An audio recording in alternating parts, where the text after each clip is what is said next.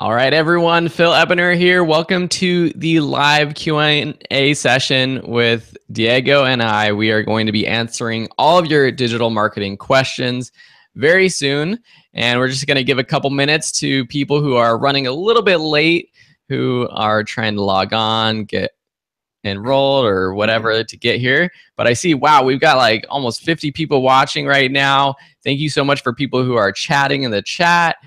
Got a lot of people that I recognize. Welcome Lauren, Chuck, Dave, Sonia, Jeremy, Richard, Bertrand, Cedar, Mohammed, Chris. Man, lots of people. Dan, and Diego. Diego's here. How's it going, Diego?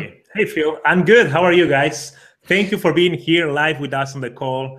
We're excited. We have a lot of people here live with us, and maybe you, if you are watching later, that's great too. Yeah, we are ready to answer questions and see how we can help you to actually use the tools that we have today on digital marketing, social media marketing, and all that to grow your business. That's the goal of this call. We will be happy, Phil and I will be happy if you have great results. Right, Phil? Exactly. That's what our goal is. And we're opening up this Q&A to everyone who is in all of our marketing classes, which is exciting. Usually we've been doing these the past every other week or so for the past couple months for our digital marketing masterclass, which seems to be doing really well. People are really liking that. So as always, we appreciate your reviews in that class and in all of our classes.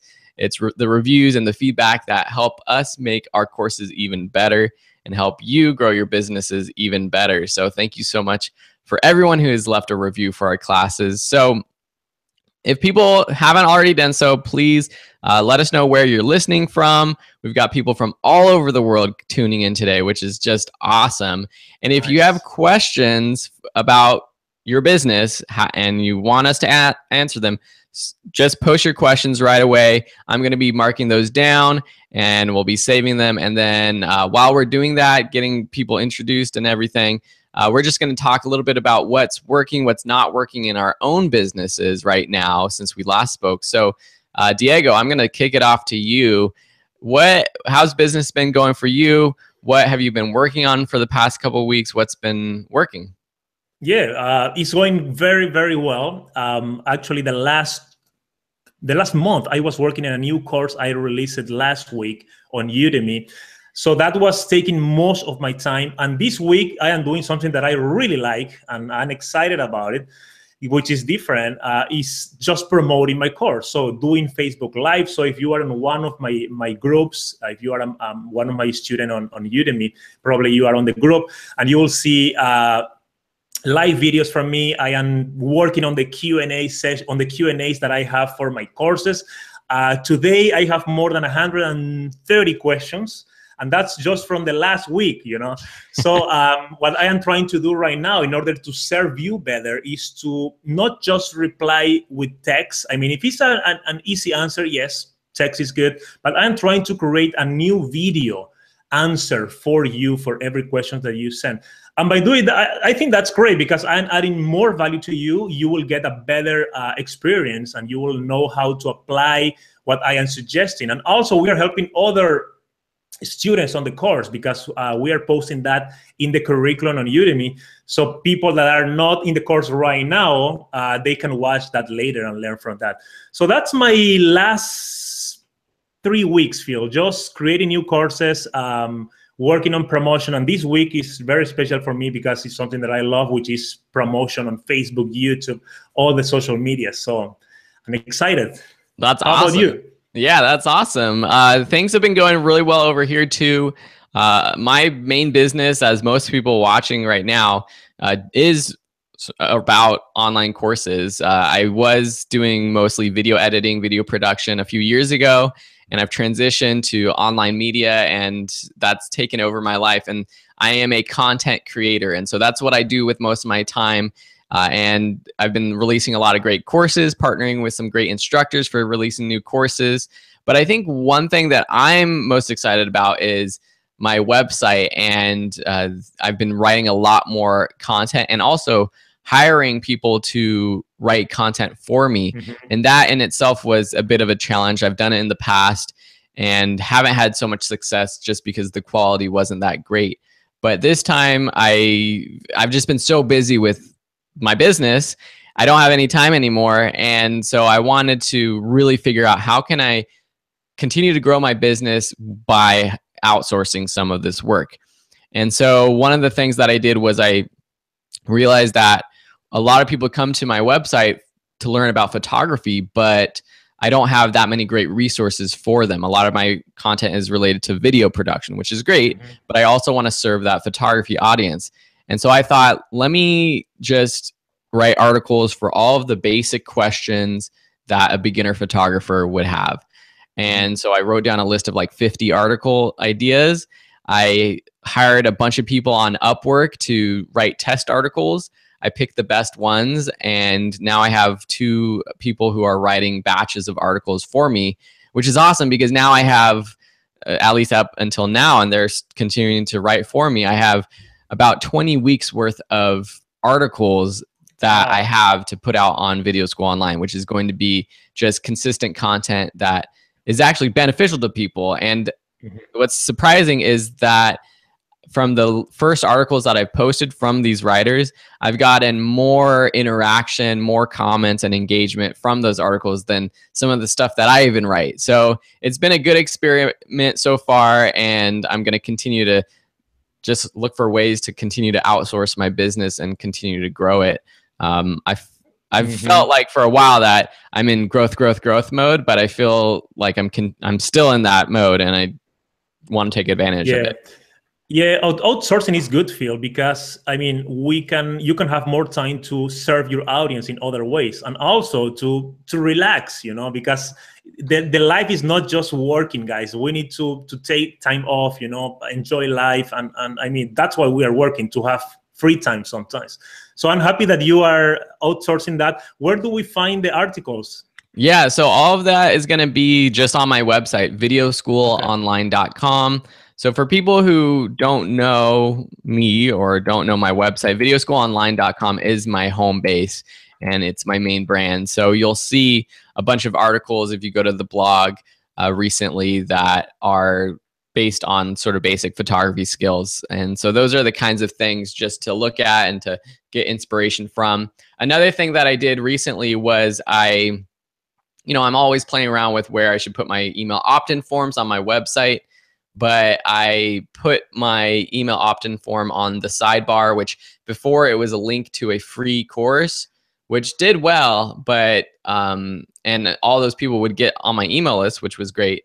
But I also now added an email opt-in form, which, you know, it's kind of obvious that I should have that. But in my redesign of my website, I kind of didn't think about it. And so since I added that opt-in form like last week, I've had a number of people sign up from that. And that's great because a lot of people, like 90% of my traffic comes to my site from a blog article or from a Google search. So I want to make sure that people have that opportunity to opt in right away from that blog article. That's great, man. So yeah, that's what's been working. And I think we can kind of tie some more stuff into what's been working, what hasn't been working as we answer questions. And we've gotten a number of questions, and I see 64 people watching right now, which is amazing. So again, thank you so much for being here. And yeah, just let us know if you have any questions. I'm copying them down and we're going to go through them. So if we're ready, and I might need to have some clarification for some of these questions, so I might ask for some of that. We had a question from Pragmatic Solutions. Says, hi, my question. I wanted to promote my mobile app builder for e-commerce store. What should I do? Or how should I do it? So they want to promote their mobile app builder for e-commerce store. That's interesting. Let me see. Well, let me find. And they're from Delhi, India. So welcome all the way from Delhi. So is that an app that helps small companies to create their own app on mobile, or is a different kind of app? Yeah, I mean, maybe you can explain a little bit more what your business is, what your goals are. I'm a little confused too. Is it a mobile app? builder? Is it in a platform? Yeah. So while you do that, we can actually jump to the next one. HD Funny Entertainment asks how to promote my YouTube channel. That's a great question.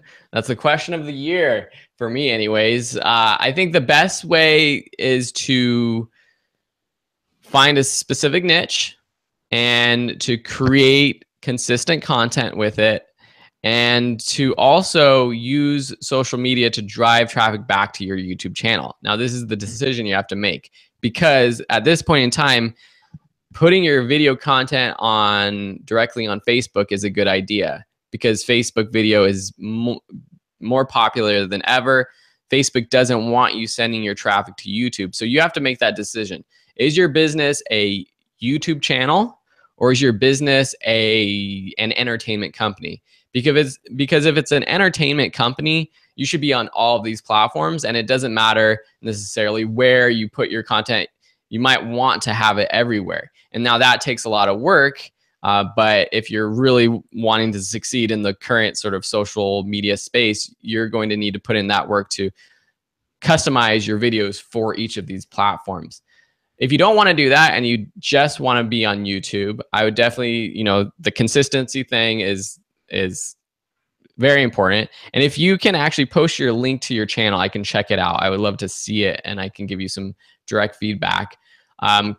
Collaborating with other YouTubers is a great way to get started, to get your YouTube channel in front of more people. Doing live Q&As or live stuff like this is a great idea too, because it's a way to get people engaged. And while they're engaged, you can ask them to subscribe to your channel. And that's ultimately the goal, is to get more subscribers, because that's the people that are going to watch your videos consistently. And whenever you post a video, you're going to get that initial boost of views for your video, which helps it rank on YouTube.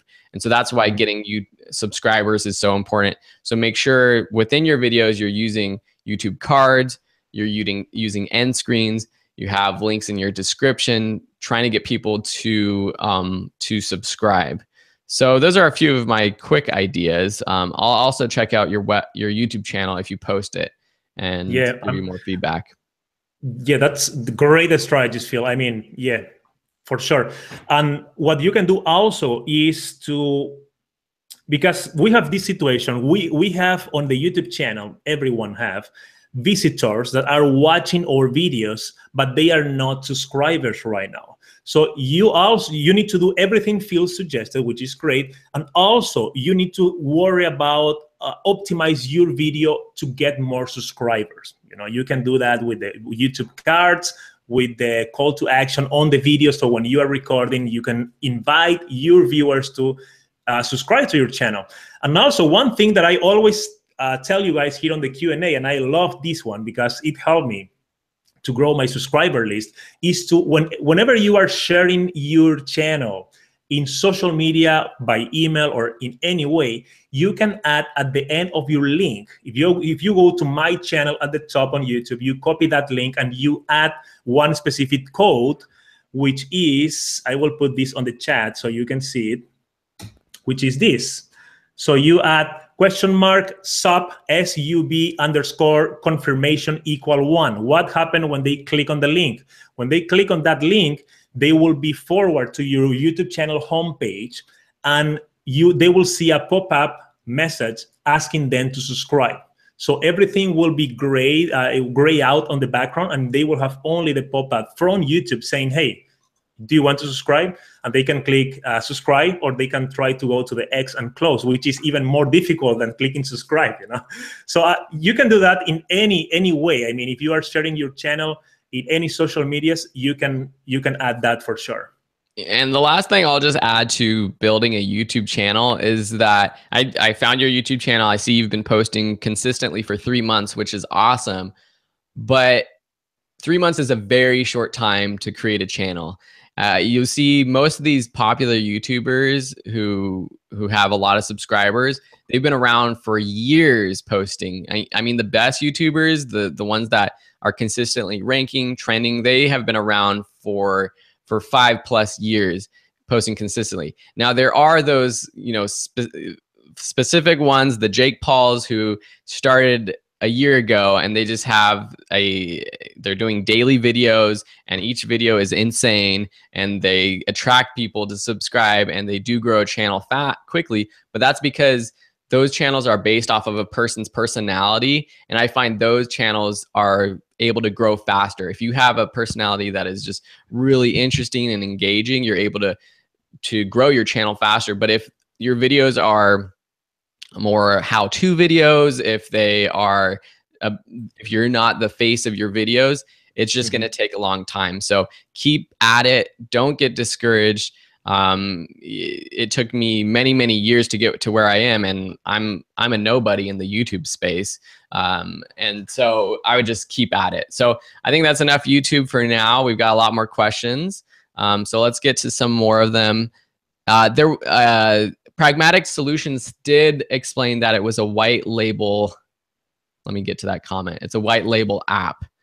So they have a mobile app builder for e-commerce store. White label. I'm still kind of, I'm not sure exactly what they do. But let's say that I mean, you are asking how to promote that service to your clients, right? Mm-hmm. So in this case, your clients, if we understand well, are small companies, right? Business owners. On Facebook, for example, and in any other social media, you can target small business owners. There is specific category for that. So you can target these people. Maybe you can start targeting people around your business. If you have a local store where you do consulting, or where you receive clients, you can, or if you don't have that, but let's say you live in Florida. I live in Florida, for example. I will initially target people are in my state, because I mean, maybe business owners will be happier to establish a commercial relationship with somebody that is from the same state, let's say, right? That's cultural. But when we talk about the tools, you can target specifically these people on Facebook or any social media. So go through the target audience builder, and when you are ready to build the interest and the behavior of your target audience, spend time finding the best categories for you, because that's the secret, guys. One of the secrets. There are several factors. One of the most important things is to have your target audience perfectly defined, because that means people that see your ads and people that see your company, your service, your app, on this case, they will be ready. They will need that app for their business. So they will say, oh, I really need this. Looks interesting, instead of just going through the Facebook timeline, you know? And I think one thing, so after this Pragmatic Solutions has explained that it's basically any business can use their app to have an online store. Mm-hmm. The difficult thing for that is that as a business owner myself, there are so many solutions for me to solve that problem. Mm-hmm. And so you need to find a lot of heavy hitters in maybe target a specific industry. And this is what ConvertKit did when they were launching. They found a bunch of bloggers. They let them use their platform for free or a super discount. And so when all of these sort of big name people who have audiences of their own started using ConvertKit, then all of their followers were like, what are you using? Like, I want to use ConvertKit too. So think about ways that you might have to give out your app for free to 1,000 people to use. And yeah, that might be a lot of support. That might take a lot of energy and time and resources to allow 100 or 1,000 people to use your app. But you need to get people using those apps without any barrier to entry. Because as a business owner myself, if you came to me and said, hey, I have this app, it's $10, you can build your own online store, there's other options for me, and I've never heard of you. So you have to think of ways how you can really make it easy for businesses to use your app, and then also think of like finding a specific industry for trying to find some like heavy hitters in that industry to start using your app too. Exactly. So you can also go to on your neighborhood, find your ideal client, and you can provide service for free. As Phil said, you can go there and say, hey, let's build your store with my app. I will do it for free. You test it for a month or for 2 months or 3 months. And if you like it, if you are happy with the result, you can continue with the subscription. And if not, it's fine. We cancel and you move forward. So that's is basically what Phil suggested. But you can add also the one-on-one factor. So if you, I mean, we are very comfortable doing things online, you know. I mean, I am nervous right now doing this live Q&A in front of 60 plus people, but if I am in front of you, actually, I will be more nervous, you know. So, right, Phil? Yeah, exactly. So I like this barrier, this screen in front of me. So if you go out and you find 5 companies that can buy your app, and you say, hey, let's do it for free. Give me a half an hour. Let's chat about this, the benefit that you will have, and let's build this online store on the app for free. And if you like it, after X month, we continue with the package. That will give you instant sales, you know, because everyone that is a small business owner will like the option to have more visibility and more presence online. I think you covered it pretty well, Diego. So a couple more questions. I want you to think about this one while I answer the next one. The one I want you to think about is Chuck asked, what are the best social media platforms for real estate agents? And then I'm going to answer Tomas's question about how long should an article be on a blog? What's the optimal length? I was doing some research myself about this when I was thinking about hiring people to write articles for me. I think the longer the blog article can sometimes mean the better.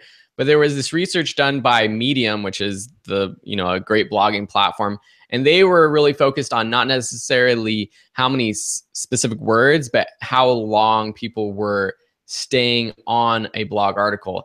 And the ideal length was 7 minutes, which is very interesting because for online courses, I feel like 7 minutes maybe is a little bit long, but that's a pretty standard length for many of my tutorials. Anything longer, the attention span starts to dip off, and even shorter can kind of feel like, oh, this is not as high quality as I'm not getting as much as I really want from this article or this video. And they found that 7 minutes is around 1,600 words. And that's kind of what my gut reaction was too.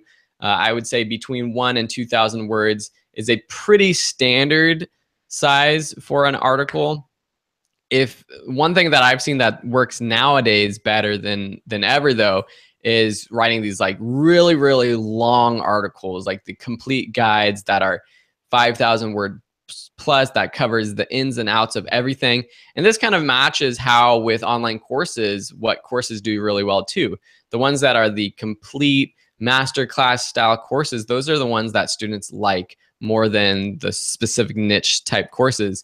And so when you're thinking about writing a blog article, maybe you might want to think about writing fewer articles, but longer, big pillar articles that are, 3,000-4,000 words plus. But then if you're doing this every week or multiple times a week, I would say stick to between 1,000 and 2,000 words. People used to say, oh, like 500 words, but I think that's kind of that's not enough anymore to really be able to, teach and engage with a blog article. So around 1,500 words is kind of what you should go around. Do you think it's a good idea, Phil, to add video maybe on the article explaining more about the subject, or do you think just a plain text with images is enough? I think video for sure is a good idea. I think a lot of people like the option of watching a video, and I think having both gives them that option. Sometimes I wonder if having a video at the top of the article detracts from people actually reading the article. If you have opt-in forms or offers down below, like you might not get people actually reading through your articles. But the best way to kind of combat that is within the video, kind of mesh them together. And in the video, you can be talking about, if you're reading the article below, I include links to all the equipment I'm talking about, or hey, subscribe down below, or get the offer down below. So it's kind of blended together and not just some random video stuck on top of the article. Nice. Yeah. So social media for real estate agents from Chuck. Chuck, that's a great question. And actually, I have two brothers that are real estate agent. Also, my father is. So the Nice. challenge with real estate is that, and let me know on the chat if you agree with me, is that the client that you have is not a long time client. Because if I sell, if I have a bakery, probably people that will visit my store, they will visit constantly. Every day or every other day, they will come here and buy bread, right? If you are selling houses, people don't buy houses or people don't rent new houses every month or every 2 months, right? So basically you need to, it's more challenge because you need to find that client that is ready to buy. So you don't spend money and time with them because they are ready to buy. They are looking for the property. And you need to convert these guys into a client. And also you have a lot of competition, right? So you are asking about the best social media platforms. I will recommend you to try on all the platforms. I have one favorite for you in 1 minute. But I mean, if you can use all the tools that you have, I know it's overwhelming. And if is, I will suggest you to start with Facebook and YouTube initially. And especially YouTube ads. Why?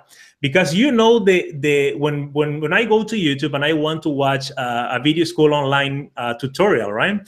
I see that advertising at the beginning and I can skip after 5 seconds, right?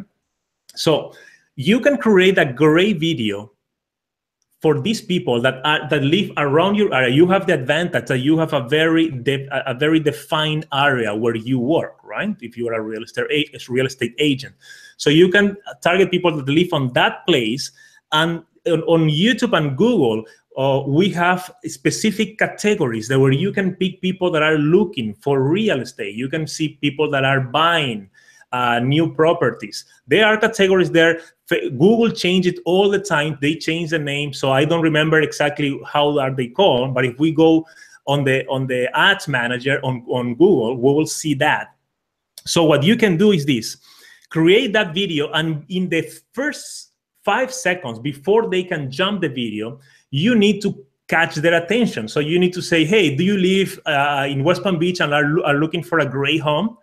You know, and they will say, "Oh, yes, I am. Let's keep watching this." You know, and after that, you deliver your message. Of course, you need to see. You need to think about what are you sharing on the video, because if you are sharing like let's say a $500,000 house, maybe this guy that is watching your ad, they want to invest just $100,000 or something. So you need to also see what your target audience and target these people on the Google Ads Manager, okay? So, but attack all the social medias. Use Facebook and YouTube initially. Invest on YouTube ads and see the results. Analyze. This is not an overnight success strategy, guys. Everything that we talk here takes time. Big companies have like 100 people in the marketing department doing this every day, right? We are by ourselves. So we need to test, we need to see the results and try again.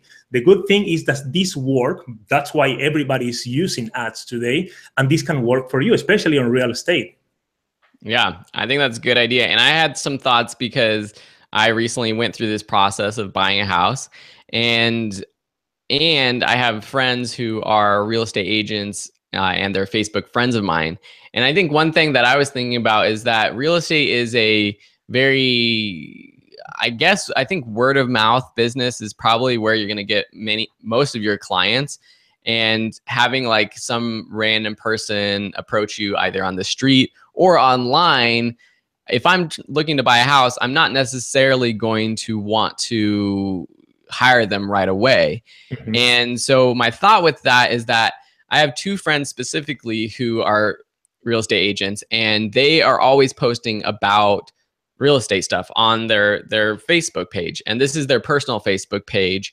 Actually, one might be a page, like a business page, but one is just her personal page. And I'm friends with them. And I'm always seeing her post videos about like her open houses, her ideas for like, you know, spiffing up your house and all kinds of stuff. And so now in my mind, I know, okay, these are the two people who I trust. I guess they're the only people I really know that do real estate. And so if someone came to me and asked me, oh, like who would you trust to be your real estate agent, those are the first two people who come to mind. And so I think people who are your friends and family, not necessarily that they're going to be your clients, but if they see you posting on your personal Facebook page about real estate stuff all the time, then they might be the perfect people to give you a referral later on. Whereas like if these people hadn't posted at all on Facebook, I wouldn't even know that they were real estate agents, and I wouldn't myself trust them or trust myself to refer them to someone else. So I think even just like being on your personal Facebook page and posting your real estate stuff there is a good idea too. I don't know, just an idea. Yeah. I'm not a real estate agent, so we can only give you our best advice from our perspectives. Cool. So we have another question, a bunch of questions. So thank you, everyone. We're going to try to get through all these questions in the next 30 minutes. Jeremy, what's up, Jeremy? He asked, after the initial email funnel, how often should you email your audience? I'll go first, and then Diego, you can follow up. I think once a week for sure is kind of the ideal rate. And this is from my personal experience, but also talking to a number of other online course creators through my podcast, and just hearing their stories and the people who are having the most success with just their business in general, but also their email list, are emailing them once a week. And I wasn't doing this for a long time. I was kind of just sporadically emailing people. And that's the worst thing you can do, because you want to train your audience to expect an email every week. And if it's not every week, maybe it's every other week or once a month. As long as they're trained to know that this is when Phil is sending an email and they can expect that, and you follow up with that, that's going to create a more engaged audience. But I think once a week is a good idea. But as long as you're coming out with something new or interesting to tell them. And that's why I think for me, writing one blog article a week and posting one YouTube video a week is a good idea, because I always have something new to share in my weekly newsletter. So once a week is what I would say. Yeah, I agree with you, Phil. And remember that not only email asking for the sale, right? With the email, the funnel and all these is to create a relationship with your customer. So what we want is to add value. That's why Phil is suggesting, for example, sending the articles once a week. We have another friend, which is actually not a friend, but we met him on Udemy Live, which is creating one YouTube video a day. And once a week, he creates a very nice email, and he sends to his audience with this 5 or 7 videos that he created that week, right? Short videos, I think he's doing like 2 to 5 minutes or something. So that's another way. If you are not comfortable just writing articles and you are more comfortable on video, you can do that too. But yeah, remember not just to ask for the sale. The goal here on the email, guys, is to add value. So when you are ready to ask for the sale, when you have a new product, they will buy your product or your services. Yeah, totally.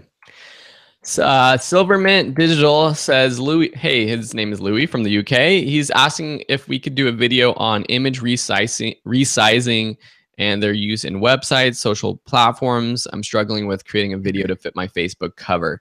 Definitely something we can cover. Maybe you can post that question in the Q&A of the course so we are reminded.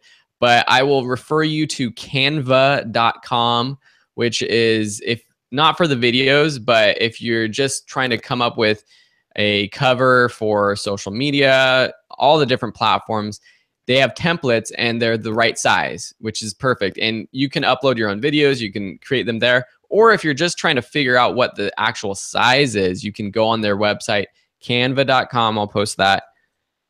And if you just look at all of their templates, you can see the pixel size, and then using whatever creator, if you're using Photoshop or whatever design tool you're using, you can use those dimensions. And Louis, we actually have a lecture on the Digital Marketing Masterclass where I show step by step how to create an image, not a video, an image on Canva, as Phil suggested. So if you go through the course and the curriculum, you will find that lecture for sure. But for specifically video, I'm not sure the dimensions off the top of my head, but I can try to come up with a video later too. Cool. Dan Vega in the house. Dan, sorry about the Indians. I do have to say that. I'm sure that was a bummer. But he asks, I have a new course coming out with a friend. I want to create a free course as a promotion. What does that sales funnel look like? Do you drive people to the free course using Google and Facebook ads? And do I drive them to the course page or create a new landing page on my website? Diego, Is that you want to take that one? Is that the same person that have the app, or is it different in? No. This is a different person. A different. Okay.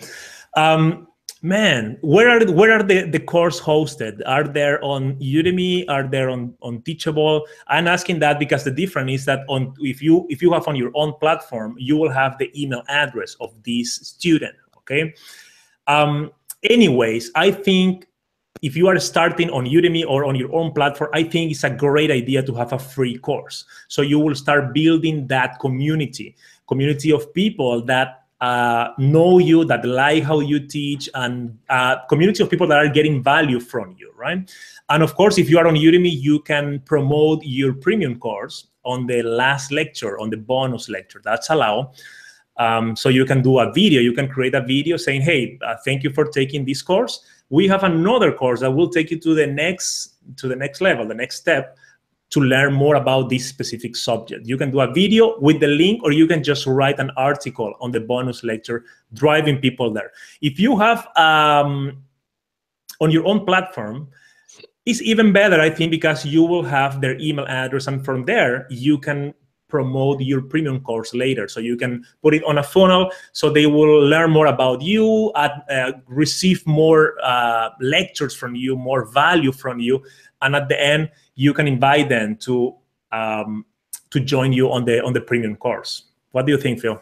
Yeah, I mean, I think in terms of the sales funnel itself, the question about do you drive them from an ad to the course page or to a landing page, that depends on, again, where you're hosting. If you're hosting it with Teachable or Thinkific or something like that, send them to the course landing page. I mean, that's the sales page is your landing page. So design that in a way that is better than just a list of topics you're going to learn, have a better call to action, a sales video, and all of that kind of stuff. I haven't driven too many people. Personally, I'm not the paid advertising expert. That's what Diego does, but I haven't really used paid advertisements to drive people to a free course. But for me, what's worked with my free courses is making them short. When they sign up, when the student signs up for the free course, they get added to a series of emails that walks them through the entire course in a short amount of time. So like maybe a week. And so during that week, I'm sending them an email maybe every day. And so this is not my normal newsletter, but this is more of like the series of email for this course, where every day they're getting extra content, or I'm challenging them to watch this lecture of the course. And then on that last day, they should have watched all of the lectures. And that last email is about if you want to take it to the next level, enroll in the full course. And promoting it that way. I think that's the thing with the free courses that I found, is that it's easy for a lot of people to sign up and not be engaged.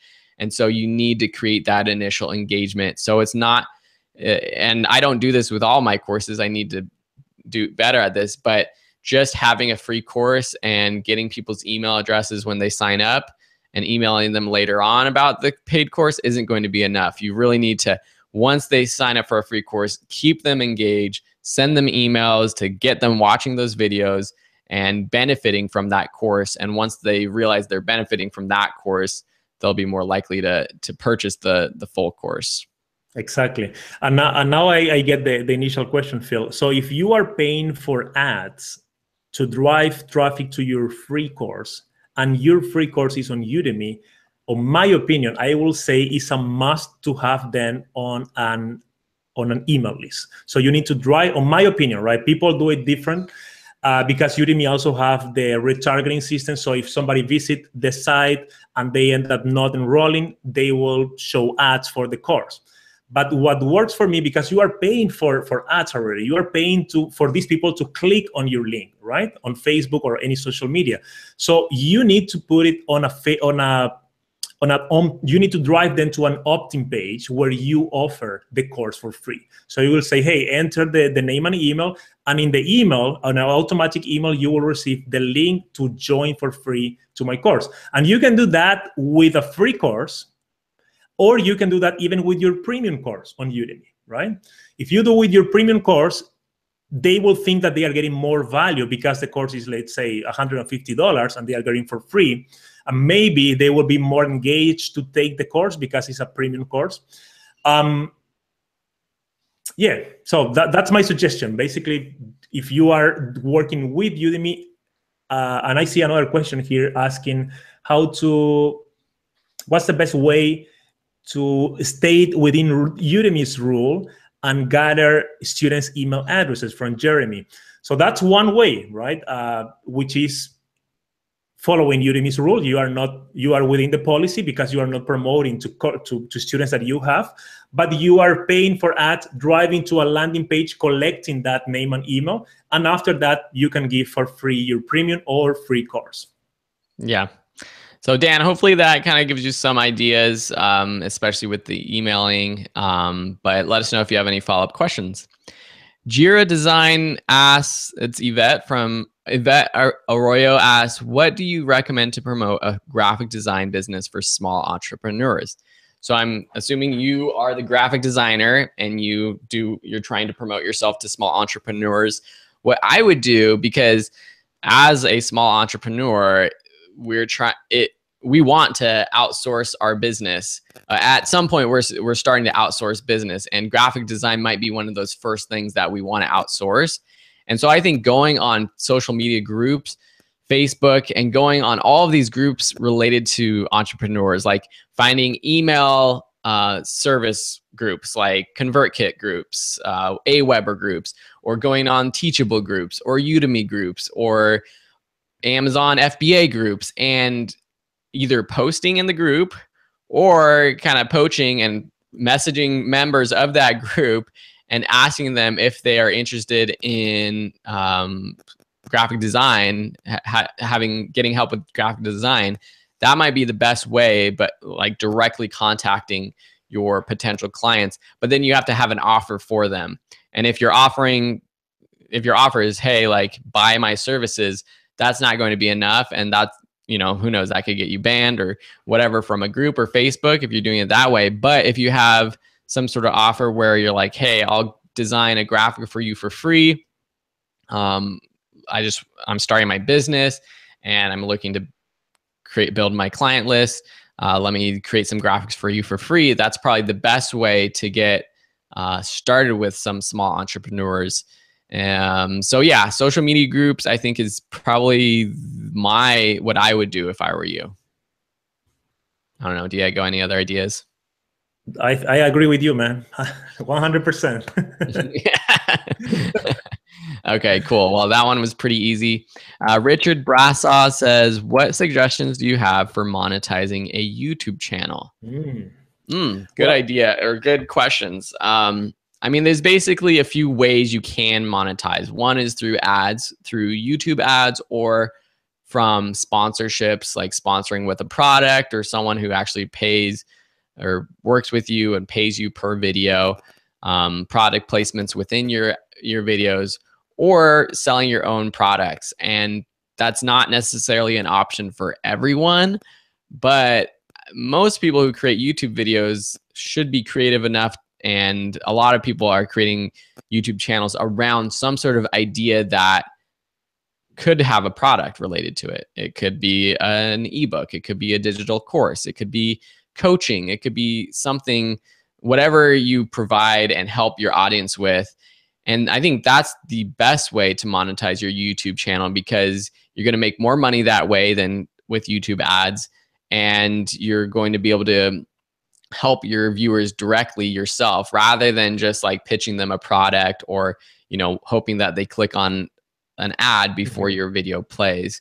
So try to come up with some sort of digital product that you can actually sell yourself. I see all kinds of YouTubers nowadays, sort of like the young hipster YouTubers who sell their merchandise. That's one thing that some people do. They create t-shirts and hats and their swag, and they try to get people to buy their t-shirts for their brand. But I don't know if that's necessarily a good long-term plan. I think that idea is going to get very oversaturated very soon. So yeah, digital products or some sort of product that you can sell yourself is probably the best way to quickly grow your income with YouTube. Yeah. And also affiliate, Mark. I mean, you can be affiliate of one product. Of course, you need to be you need to like the product. That's basic ethics, right? If you like the product, you like the service, you can create a video doing a review of that and offering to your audience, right? I think Pat Flims is doing like with Bluehost, he's doing like, I don't know, $40,000 a month or something, right? Yeah, or more sometimes. I feel like, yeah, no, that's a good idea. Like for Amazon products, like whenever I mention something on my blog, and I don't do it enough on YouTube, but I just add my Amazon affiliate link, and every month I get a couple $100 from Amazon. And if I wanted to do more, I probably would be making more. But especially if you're doing a YouTube channel, reviewing products, using products, definitely include some Amazon affiliate links in there. Feb and Peter asked, does a free coupon to one of my courses serve as a good lead magnet to collect email addresses? I'm worried if the only people I'll have on my email list are ones interested in free courses. Kind of a follow-up question, Dan's question, which is good. What do you think, Diego? Yeah, that's a good question, a good point. But I think that it's still worth it. I mean, it's one of the easiest way to collect these email addresses to start building your audience, right? Because you have the options to offer an ebook or just a free PDF, or you can offer one free course or a premium course for free, which is, in my opinion, is you are adding more value to them. Because of course, a course have more value than just a free PDF most of the time, right? Because you have more time or more time of the entrepreneur creating that course, recording, adding value, and they can watch in.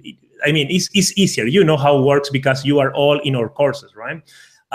So I still think that it's a great idea to collect email addresses with your course. I mean, what do you think, Phil?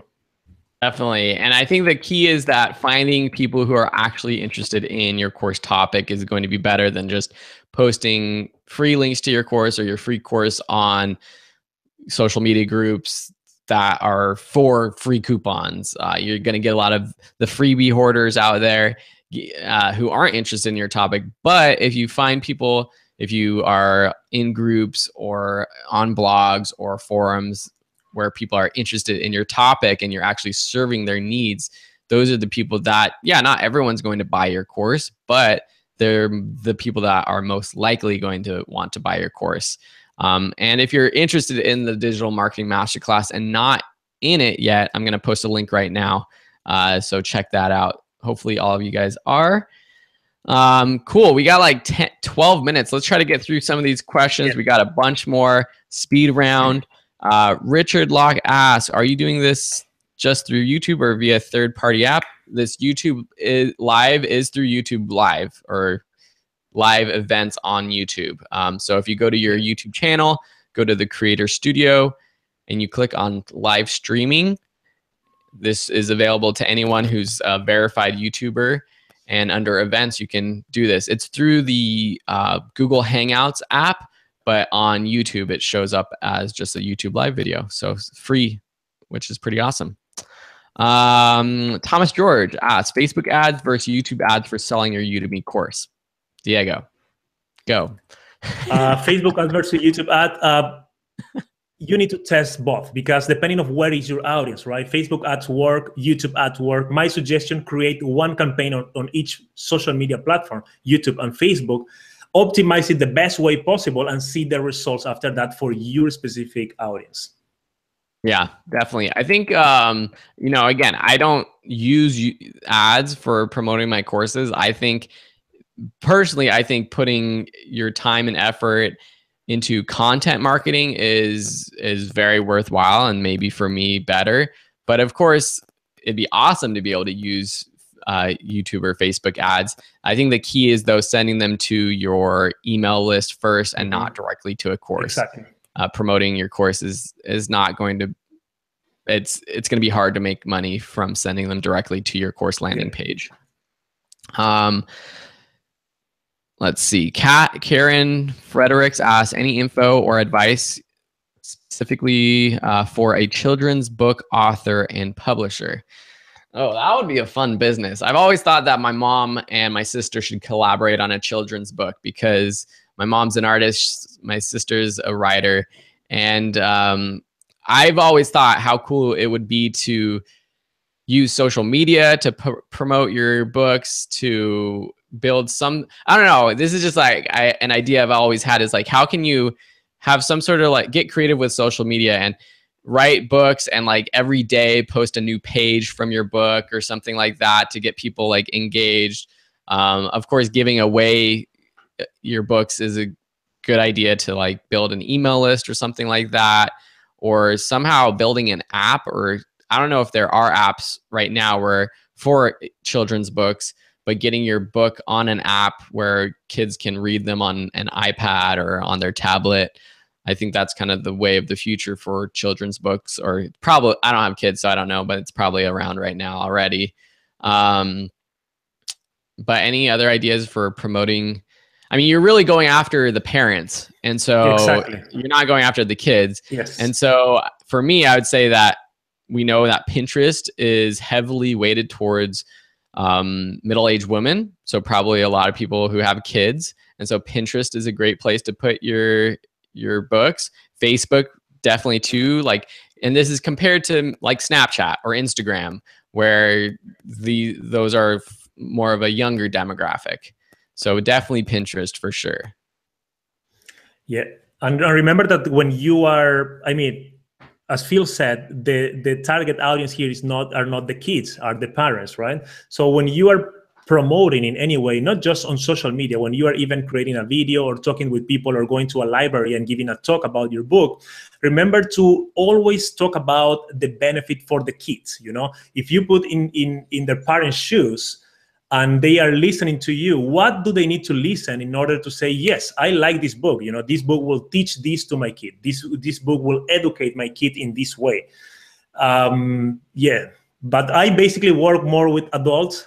So it's difficult for me to imagine an ad campaign for kids' book. It's possible. People are doing it all the time. But of course, as Phil said, you need to target the parents, and you need to talk about the value of your book on the life of the kids.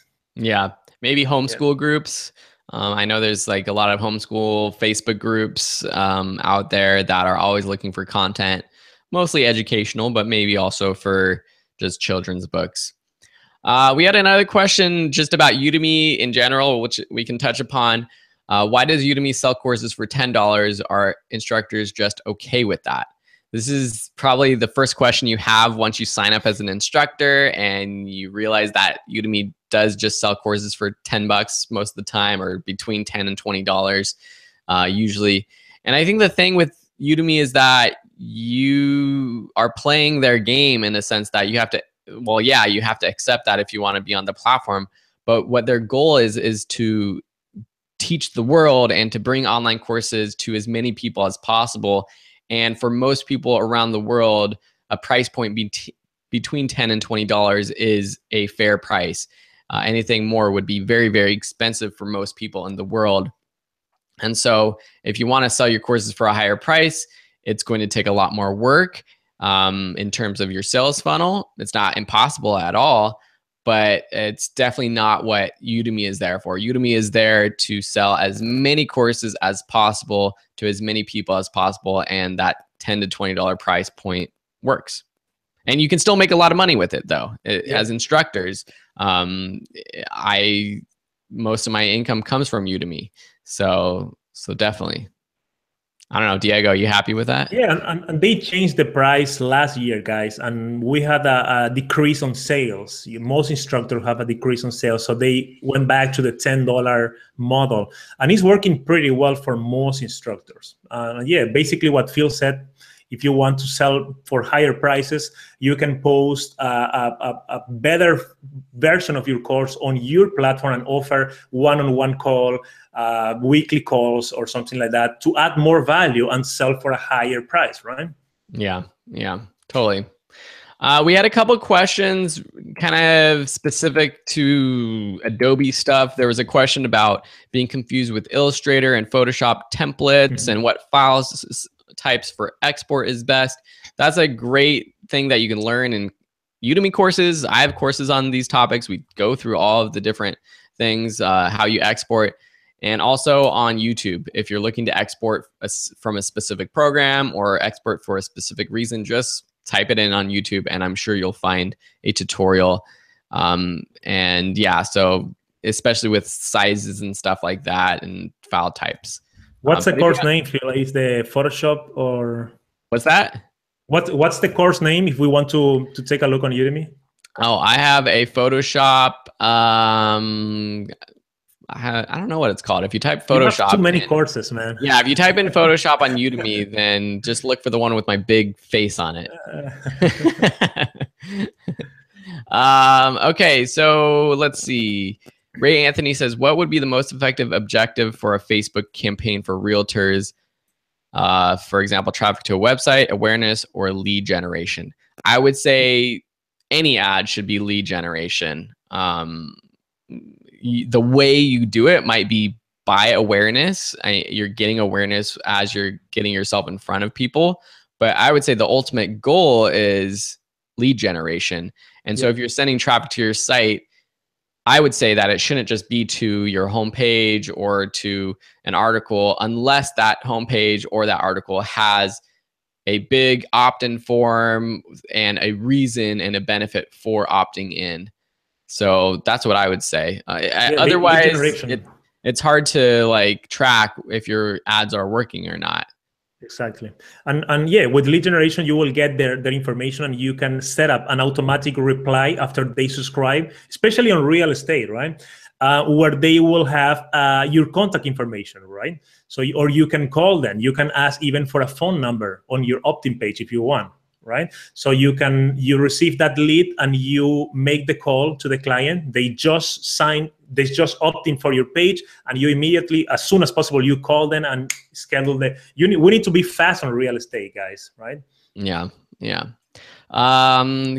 Kazi Ariane says, could you please tell me how can I promote my Udemy course, or how can I get some affiliate link that I can send my coupon code? So I'm not exactly sure what if you're asking, if you're just looking to have a coupon code or a link that you can send out where you are making the 100%. Because if you have a Udemy course and if you go to your price and coupons tab, and if you share any link that you create with the coupon, if someone buys through that link, you automatically make 100% of that sale. If you're looking for other people to be affiliates, then they'll have to sign up through the affiliate program, which it's probably udemy.com/affiliate, or there's a link, udemy.com/affiliate, and you can join and you can get links to the Udemy site and your affiliate link. But if you are just trying to find the coupon code yourself, then it's just in the course dashboard. I don't know. If there's something that was confusing about that, post the question in the course page and we'll get back to you. Richard Brassaw says, what do you say about self-hosting your course versus having it on Udemy, or is both the best way to go? If you are starting, I will recommend you to, and you don't have an audience, let's say, I recommend it to start on Udemy because it's the easiest way to do it and to start growing from scratch, right? If you already have an audience, you have an email list, you have a Facebook group with engaged people, you can consider going to your own platform, launch the course. You can create promotions for the current audience that you have and see how people respond to that. Do you agree with that, Phil? Yeah, for sure. Yep. I think there's the way that I look at it now is that people like taking classes different ways. On my platform, I sell my courses through a membership site. So people get access to all my courses for a monthly fee. Some people like buying them individually, and that's why I sell them. I point them to Udemy if they want to buy them individually. So I like giving the option for people to buy however they please. Richard also had a follow-up question about closed captions for Udemy. Does it make a difference in sales? I think it's hard to track, but from personal experience, I know there's a lot of people that have thanked me for the captions or asked me for captions. Countless times people have asked, oh, are you going to add captions to this course? And they're very helpful, especially people who English is their second language. And those are very beneficial to them. Now, all of the English classes on Udemy are automatically captioned in English. The quality isn't amazing, but according to Udemy, the quality is good enough. It seems like students are happy with them. And so that's good, and that's automatically happening.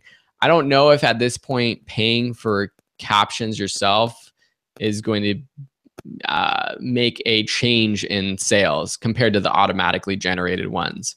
So, but expanding to other languages, that's another idea too, which I know Diego, his best-selling class now is a Portuguese class, which is incredible.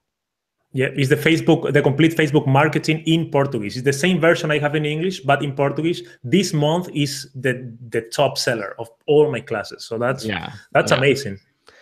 So definitely, I mean, at this point on Udemy, since there is the auto-generated ones, I think we kind of have to wait and see how that goes, but I'm just kind of defaulting to those at this point. It's 10:02. The last question, which is kind of a big one, and we can kind of wrap it up with this. Lawrence asks, how best can I do digital marketing? Which social platform can I start from? So that's a great question for people who aren't in our class, because if you work through our class, we walk you through all the different platforms. We walk you through coming up with your target market and target audience, which I think is where you need to start. And if you think, oh yeah, I know my target audience, I know who they are, but you haven't actually sat down and done the exercises that we have in the course, it's probably going to change once you do those exercises. It's going to, even if it doesn't change dramatically, it's going to be more specific. And the more specific it can be, the better you're going to be able to market to them. You're going to know whether they're on YouTube or Instagram or whatever social media platform. And so there's no one size fits all answer to that question. I think if I was starting out because I like YouTube or creating videos, YouTube is automatically going to be a place where I'm going to start. But if I'm a photographer and photography is my main business, then probably Instagram is going to be where I start. It really depends on what your business is and who your target market is. I think no matter it, at the end of the day, it doesn't necessarily matter which platform. It just matters if you're consistent, if you're putting out high quality content, and you're really helping your audience. 100%, Phil. I agree. And also remember not to be overwhelmed with all on the course. We have 22 small courses inside the digital marketing masterclass, and we talk about almost all the social media platforms there, right? So people, if you go there, there is a chance that you will be a little bit overwhelmed saying, oh my God, I have all these social media platforms. I need to start creating profiles, Pinterest, LinkedIn, YouTube, Facebook. That's crazy. So my suggestion, as we talk in the course too, is to pick one or two and start with that. Start building your audience, start creating quality content over there so people will start following you. When you are comfortable with that, you can move to the next one. And as Phil said, that depends totally on the type of audience that you have. Depends to select which platform are you using, right? Totally. Man, this has been a good one, and we've still got 69 people here watching. Wow. So we really appreciate you being here. And hopefully this helps you, whether you're in our digital marketing class or you're in another class of ours. I again posted our link to the digital marketing masterclass if you're interested in that one. And I see a number of you have actually clicked on that link and maybe signed up as well. So we appreciate that. And like always, we appreciate your reviews. These Q&As are one of the ways that we're trying to make this a 5-star class. We're trying to make this the best digital marketing class on Udemy. And to be honest, there's one class that is like what has like 12,000 reviews, and we're just a little fish in this pond of digital marketing. And so we're trying to catch up, but we're about a year or two behind them. And so every single review that you guys leave does help us out. But it's going to be a long journey trying to catch up to that class. But really, we do appreciate all of your reviews. I think we have like over 350 now, which is incredible. Yes. And we read through all of them. And if you have any feedback, critique, or anything, we read through all of that, and we're going to use it to make sure that this class is the best possible. So thank you. Diego, any last words? Yeah, and the goal of the class is actually to help you to create real results. It's not just a class that you will sit down and watch, learn the strategies, and never taking action, right? We have assignments there. We want to make sure that you are taking action so you will see the results on your business. Or if you don't have a business, yes, let's say you have your personal brand and you want to grow that. All that you will accomplish with the help of the course. And that's why we have the course super practical, where you take action. And yeah, that's it. Thank you very much, guys. I'm really happy. Thank you, Phil, for this time. Thank you to the 65 people that are right now live with us. And I hope to see you inside the course. Yeah, and for everyone who's already in the course, watching the replay, we appreciate you. Thanks for watching, and we'll definitely try to do this in the future as well. And I know Diego and I are both really busy with Black Friday coming up. This is when us digital marketers, it's like our prime time. We got to get ready for this the next month coming up in the next few weeks. Yes. So we'll see when we can do another one of these. But until then, have a great day and good luck with your businesses. Bye. Bye. Bye, everyone. Have a good one.